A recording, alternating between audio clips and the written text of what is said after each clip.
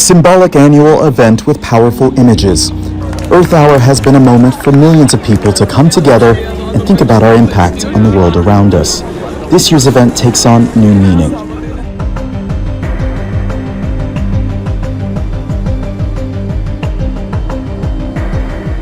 Well, we may be going into lockdown, but we are certainly not alone. We've got a map for you that just shows how many countries are in lockdown. It'll pop up on the screen shortly. The red indicates countries in lockdown or who are about to go into lockdown or who have declared a state of emergency. Police are on the streets across Europe. In Spain, France, Italy and Greece, their job is to make sure anyone who's outside their home has a valid reason. If they don't, they risk a fine. What can I say? It's difficult for everyone, but we have to get used to it, for the good of everyone. Something environmentalists say is benefiting planet Earth as cities and economies come to a halt. Su questa barca ci siamo tutti. While many of our landmarks, office buildings and apartment blocks go dark for 60 minutes, 7.6 billion people are being forced by events or Mother Nature to realize what else just isn't working.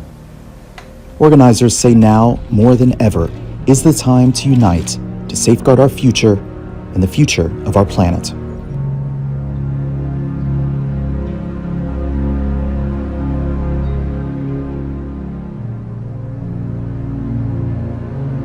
Well, just like the regular people of the world, celebrities are coping with being cooped up due to coronavirus. Some are cooping more creatively than others. Is it any wonder that Wonder Woman herself, Gal Gadot, has gotten a bunch of celebrities together to sing Imagine there's no heaven. It's easy if you try. No hell below us. Above us only sky.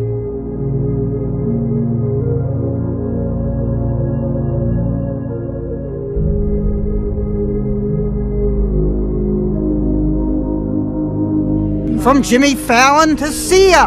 Imagine all the people. From Will Ferrell. Greed and hunger. To Mark Ruffalo. Good of man.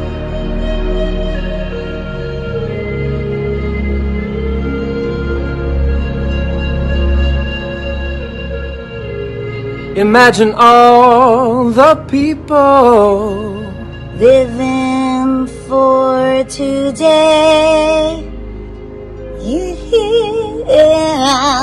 Imagine there's no countries yet. It isn't hard to do. Nothing to kill or die for. And no religion too.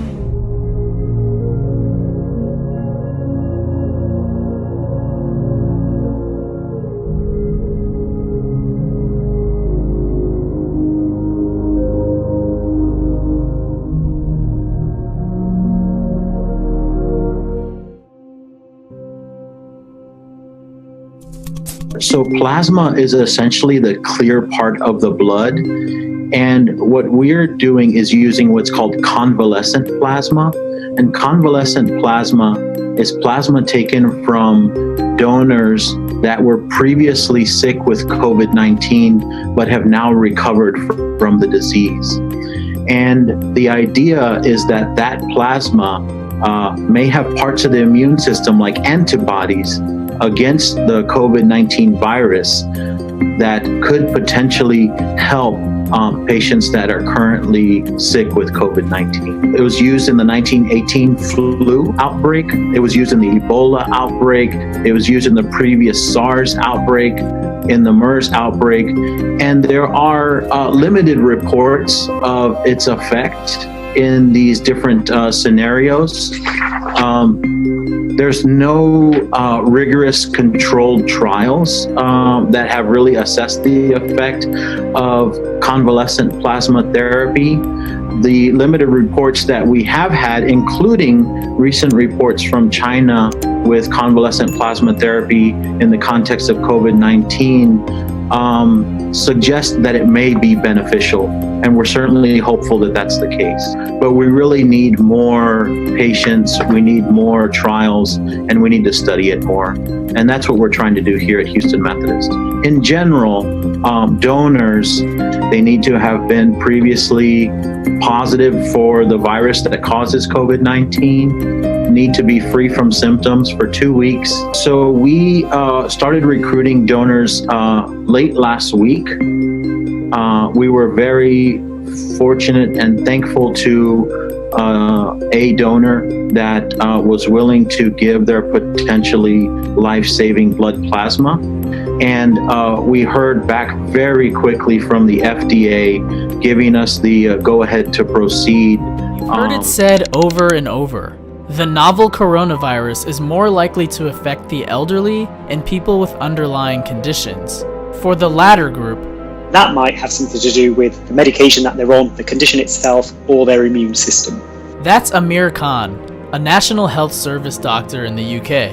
The COVID-19 coronavirus is a respiratory virus, which means it can invade your respiratory system, affecting how you breathe in oxygen and get it to your bloodstream. And where the virus targets can explain why certain conditions are especially vulnerable. First, there's diabetes. People with diabetes have a higher risk of developing complications from the coronavirus. Although the vast majority will suffer mild to moderate symptoms, there is a small proportion that will suffer severe symptoms, and that is higher than those people who don't have diabetes. Diabetes is a condition in which either the body doesn't produce enough insulin, or the body is resistant to the effects of insulin. Insulin is important because it regulates the amount of sugar in your blood. High levels of blood sugar over a long period of time can actually depress your immune system, so it doesn't respond as quickly to the virus when it enters the body, and it has more time to replicate, get down to your lungs, and cause the problems associated with breathing that can lead to needing hospital treatment. If you have diabetes and are worried about contracting COVID-19, Khan says the best thing to do is to control your blood sugar as much as possible so your immune system stays healthy. People with heart conditions should also be concerned. Looking at the numbers coming out of China and other countries, we can see that people with heart conditions really are at high risk of developing complications. Of the first 44,672 diagnosed COVID-19 cases in China, patients with cardiovascular diseases had the highest fatality rate, at 10.5%. Other heart conditions include previous heart attacks or strokes. When the coronavirus enters your body and gets down to your lungs, what it does is stop the lungs effectively passing oxygen through into the blood, and so the heart has to work harder to pump that blood around, which has less oxygen in it. And if you have an underlying heart condition, that will put excess strain on your heart and lead to further complications. Finally, people with conditions that involve the lungs, like asthma, are also at higher risk of being affected by coronavirus. One of the organs we know the coronavirus goes to is the lungs. It actually attacks the edges of the lungs, and the edges of the lungs, or the alveoli we call them, are actually responsible for much of the gas exchange. With asthma, anything that's foreign or unusual that enters the lungs often triggers an asthmatic response and causes the airways to narrow further and for you to become wheezy. This cause and effect also applies to people with chronic obstructive pulmonary disease, or COPD, a disease that blocks airflow to the lungs. With people with COPD in particular, there's already damage done there, so any further damage will cause really severe lung problems. Khan says the best thing to do for people who have either of these conditions is to speak with your doctor to make sure you're using your inhaler correctly. Patients who have had cancer may also be at higher risk, since some types of cancer and treatments can weaken immune systems, thus increasing chances of infection. Although having an underlying condition increases your risk of having more severe complications from coronavirus, most cases are survivable. Imagine all the people living for today.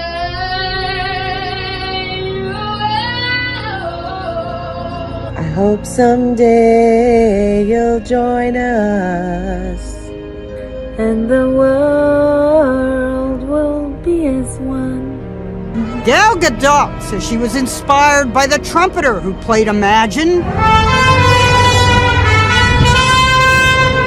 from a balcony in Italy to comfort others stuck at home.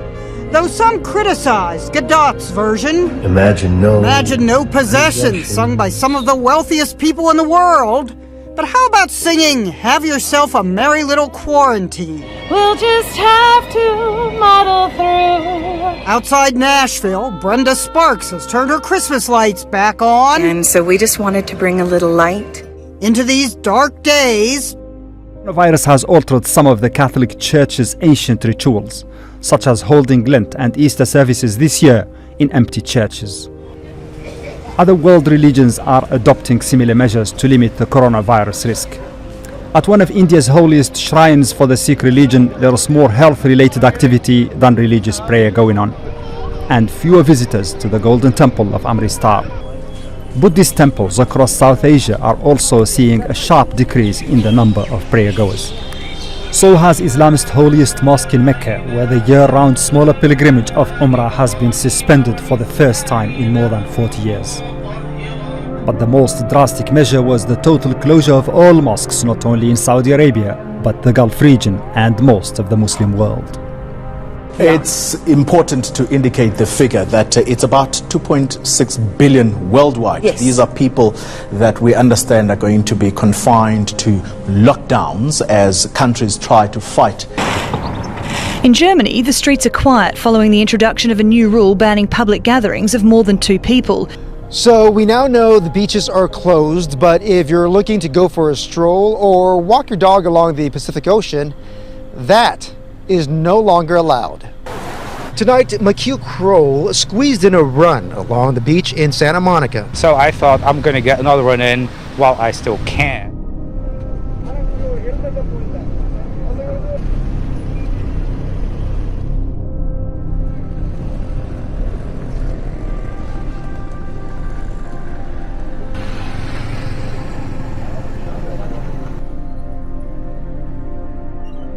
And one thing that I read a while ago, and it's just been mulling over in my mind, just this idea as we go through this time of the COVID pandemic. And I was just talking about how as our constraints or as our borders or as the area around us gets smaller and smaller. Accurate representation of what I think the scriptures foretell.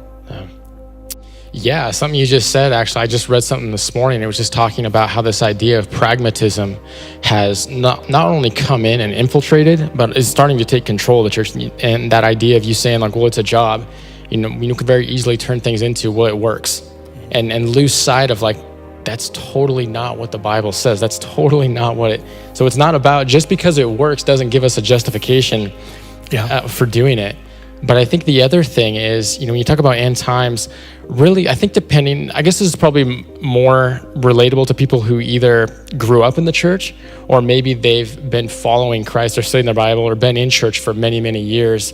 And they get so focused on the end times and focusing if now we are, if we're there or not, or how close are we, or basically kind of, as you talked about, we're just going to hold on because we know it's going to happen in our lifetime, which I'm not sure how we know it's going to happen in our lifetime. I didn't figure that out. But it's not, we lose sight or the focus of the part in Revelation that says, occupy till I come. Mm-hmm. And so easy for us to just become kind of irrelevant in what we're doing here because we're just holding on, but it's just looking different. Yeah, it's really interesting how things like we viewed virtual communication and presence as being a bad thing, and yet it is proving to be a very powerful way for Christians to connect in a very real way. I mean, my wife and I spend more time FaceTiming our family and friends than we ever did before. And it's kind of like, it's interesting because we're talking about more significant things as well. And we're able to minister to one another in ways that we never had the necessity to. And I think that's really interesting because God doesn't ever let anything happen except for a greater purpose. For decades, we have been talking about what would we do if the day comes where the government forbid us to worship? What would be our response? And it's interesting, now it's happened. Yeah, I think the interesting thing is, like I said, churches all over are learning new ways to do things. And I think the interesting thing is what's going to happen after we're not forced to. You know, are these going to be new things that we have been challenged to think in a different way? Or are we going to just be tempted to go back to the way things were and get back into our own a way of doing things? But it's been exciting. Yeah. Really, it has. It's been challenging for a lot of people, and I know a lot of people watching this are facing struggles, and we're praying for you. We want to hear from you.